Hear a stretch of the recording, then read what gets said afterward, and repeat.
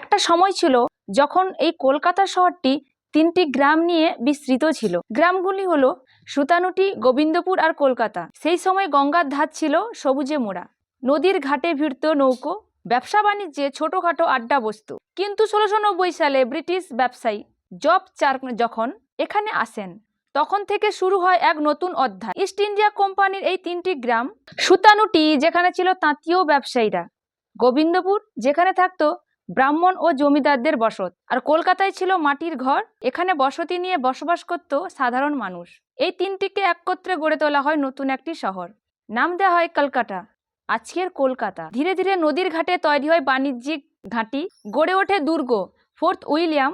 এখান থেকেই শুরু হয় ভারতের ব্রিটিশ শাসনের এক দীর্ঘ ইতিহাস। আজ সেই তিনটি ছোট গ্রাম মিলে দাঁড়িয়ে আছে এক জীবন্ত ইতিহাস।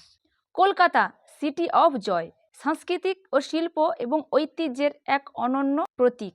তিনটি গ্রাম নিয়ে আজকের মহানগর, এটাই কলকাতার আসল গল্প।